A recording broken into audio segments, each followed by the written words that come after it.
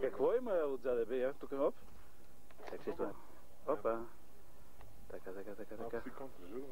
Не, добре, аз си спомням. То се вижда точно цветне, не е такова. Ето и видичката на Люсик, временно, разбира се. Временно, колко вече стана тук? Една година и 2 месеца. Какво ще се прави сега? Тук е една хубава сливка за ракийка. Люси, пикаш ли ракийка, бе? Пика. Оха! Така, и сега какво ще видим? И истинската вила на Люси. Това е отпредъл към градината. Ето сега и тук, странично. Хода към хода. Това е хода, без снима. Върта, пълна, това е хода. Такава е малка зелена него. Това, което снимам в момента, така? Ето е вратата и оттатък е това е хода. И ето другата останала част, която беше гърба ми. Ще има камин. Така. Ето една от спалните.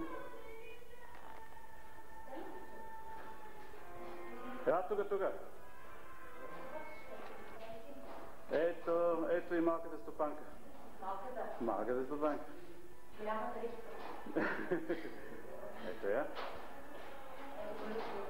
А Люси къде е? Господин Люси, собствен, това какво ти спална ли, Люси? Това е спална, където се развива събитието.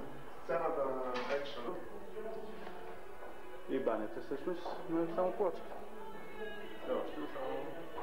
Тук сега пък слъбищата, ето. Ето Люси, къде си, бе? Ето мансардата.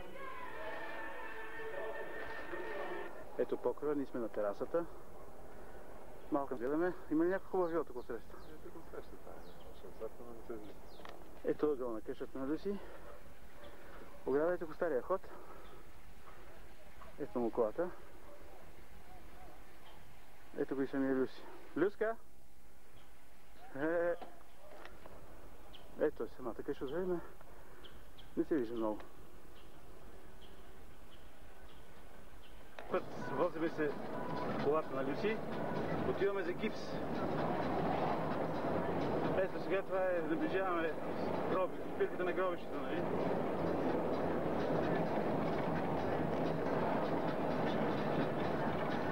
Не знам дали не съм мислил за класа много. С снимам като дискотека на насечено. Я, какво става тук?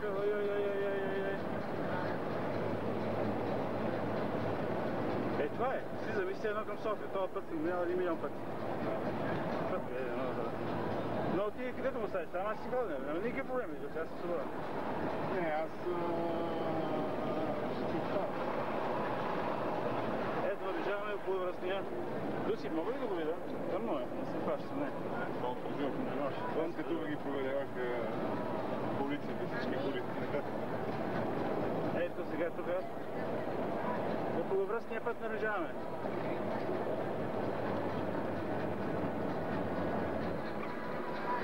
Ето го около самия около връзния.